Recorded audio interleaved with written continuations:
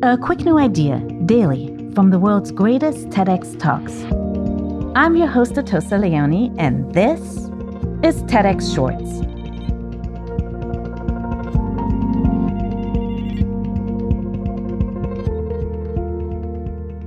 When trying to come up with a new idea, we all have times when we get stuck.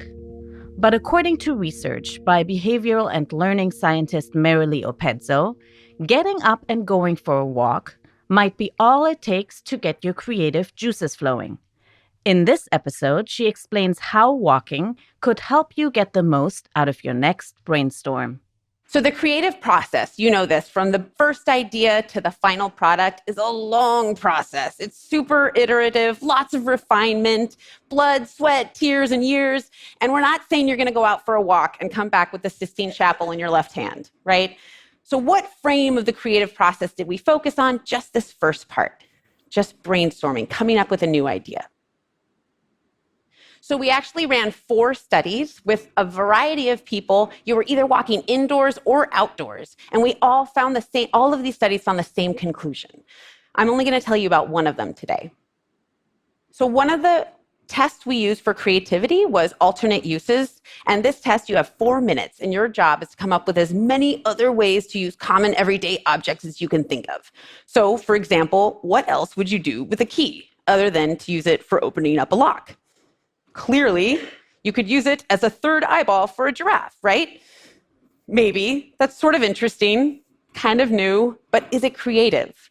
So people came up with many ideas as they could, and we had to decide, is this creative or not? So the definition of creativity that a lot of people go with is appropriate novelty. So for something to be appropriate, it has to be realistic. So unfortunately, you can't use a key as an eyeball. Boo.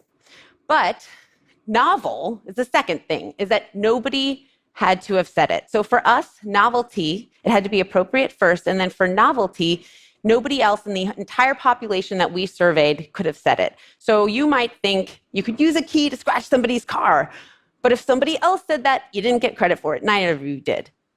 However, only one person said this. If you were dying and it were a murder mystery, and you had to carve the name of the murderer into the ground with your dying words. So one person said this. And it's a creative idea because it's appropriate and it's novel. So you either did this test and came up with ideas while you were seated or while you were walking on a treadmill. They did the test twice with different objects. 3 groups. The first group sat first and then sat again for the second test. The second group sat first and then did the second test while walking on a treadmill.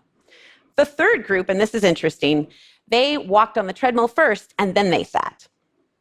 Okay, so the 2 groups that sat together for the first test, they looked pretty similar to each other, and they averaged about 20 creative ideas per person. The group that was walking on the treadmill did almost twice as well. And they were just walking on a treadmill in a windowless room. So, remember, they took the test twice. The people who sat twice for that second test, they didn't get any better. Practice didn't help. But these same people who were sitting and then went on the treadmill got a boost from walking. Here's the interesting thing. The people who were walking on the treadmill still had a residue effect of the walking, and they were still creative afterwards. So the implication of this is that you should go for a walk before your next big meeting and just start brainstorming right away. So we have 5 tips for you that will help make this the best effect possible. So first, you want to pick a problem or a topic to brainstorm. So this is not the shower effect. This is not when you're in the shower and all of a sudden a new idea pops out of the shampoo bottle. This is something you're thinking about ahead of time, and they're intentionally thinking about brainstorming a different perspective on the walk. Secondly, I get asked this a lot. Is this okay while running? Well, the answer for me is that if I were running, the only new idea I would have would be to stop running. So... But if running for you is a comfortable pace, good. So it turns out whatever physical activity is not taking a lot of attention. So just walking at a comfortable pace is a good choice. Also, you want to come up with as many ideas as you can. So one key of creativity is to not lock on that first idea. Keep going. Keep coming up with new ones until you pick one or two to pursue. You might worry that you don't want to write them down because what if you will forget them? So the idea here is to speak them. Everybody was speaking their new ideas. So you can put your headphones on and record through your phone and then just pretend you're having a creative conversation, right? Because the act of writing your idea down is already a filter. You're going to be like, is this good enough to write down? And then you write it down. So just speak as many as you can and record them and think about them later. And finally, don't do this forever, right?